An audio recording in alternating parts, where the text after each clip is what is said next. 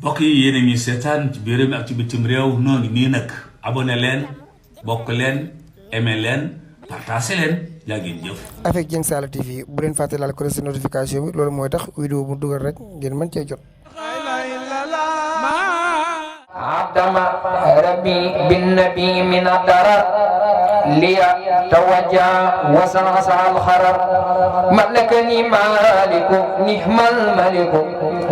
محجين من خدم رسولك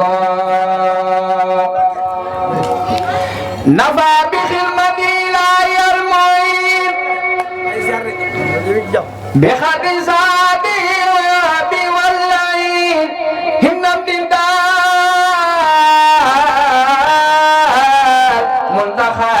سلبا خيرا كثيرا بردافا سلبا لي خيرا نال العين سرمدا وليس ينونا ولا خاك مدى زقا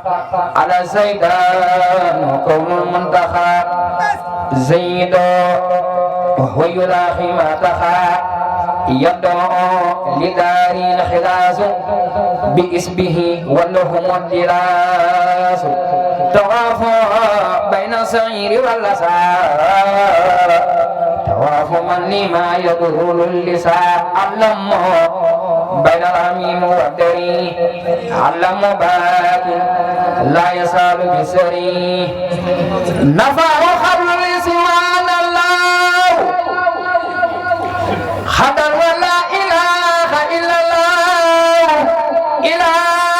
سوى مغفرا يدبا وساق إلى سوى نارب لي خيرا هدى النحر والحسد وتتوجه لي خير مفسد هدى مكايد إذا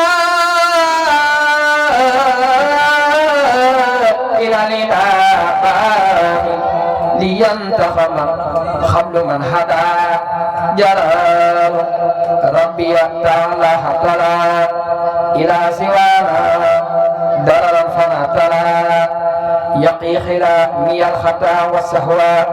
باخ كفاني العدا واللهوى محل الذي له برايا وزمن در النحاني خد خادر الأمن الحمد لله الذي يجازي من ظنه بالخير والمفاسد والصلوات على التعام وآله وصحبه الخدام هذا وإني اليوم زور الداعي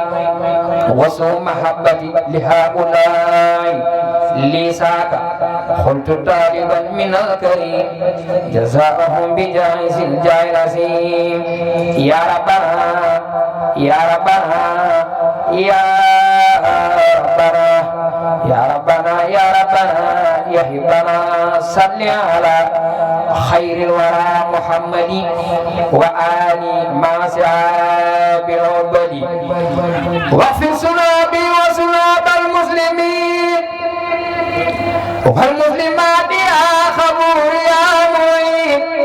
واهد غوايج الذين نداموا في خدمتك وحبلهم مراما وارزقهم الإيمان والإسلام والفتح والإحسان واستسلاما وجازي أني بالغفران وبالكرمان وبالرضوان واجسسهم إلى الهدى والخير واصرفهم عن الرداء والدير واغفر لهم كل لخن وذنب وعبدهم ما سرى عن خوري وكن معينهم على أمور الدين والدنيا مدد ولا تؤاخذهم بما قدموا في سر والجهر فأنت ذكرما وافتح عليهم في العلوم فلا يزيل عنهم دنسا وخبا وهب لهم سعادة تدوم يا بر يا مجيب يا كريم واصرف قلوبهم إلى الطاعات بالعلم والعمل في الأوقات بجاه أفضل الورى محمد واقي سهر رمضان أنجلي واقي آله وصحبه جميع واقي كل سر عبادة موتي وسليا عليه ثم سلما وآله مع أصحاب الكرماء ما